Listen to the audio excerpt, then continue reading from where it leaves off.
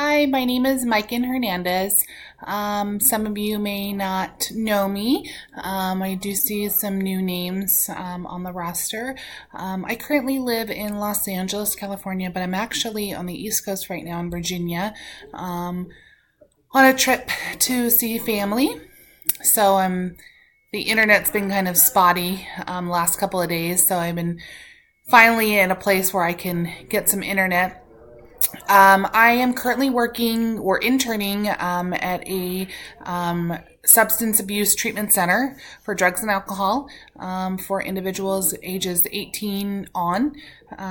We have a 30-bed facility, and as of right now, our census is pretty low.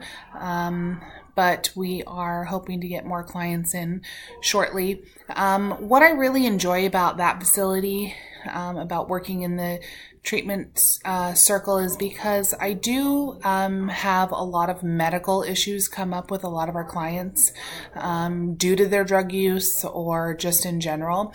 So it is something that's really interesting to me. What prompted me to take this course was a little bit of that, just kind of trying to educate myself a little further.